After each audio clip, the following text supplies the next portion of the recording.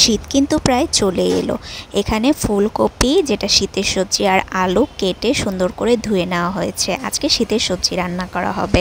আর এখানে মাছ কষানো হচ্ছে।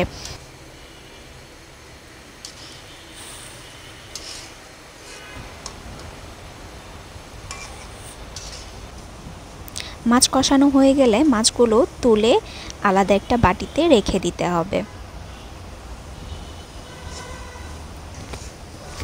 এবার সবজিগুলো ঢেলে দিতে হবে, তারপর একটু নাড়াচাড়া করে নিতে হবে যেন মশলাগুলোর সাথে সবজিটা মিশে যায়।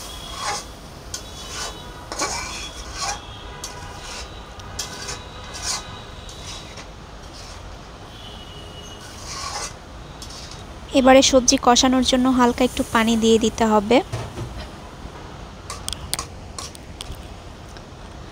হালকা পানিতে যখন সবজিটা কষানো হয়ে যাবে তখন তুলে রাখা মাছগুলো দিয়ে দিতে হবে আর পানি দিয়ে দিতে হবে সিদ্ধ হওয়ার জন্য। তো এখানে ঝোলের পানি দিয়ে দেওয়া হয়েছে।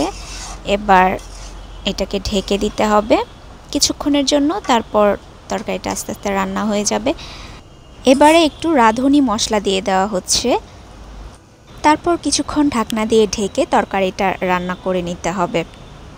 এই তো হয়ে গেল আমাদের মজার শীতের সবজি দিয়ে তরকারি। শীতের সবজি কার কার পছন্দ কমেন্টে অবশ্যই জানাবেন।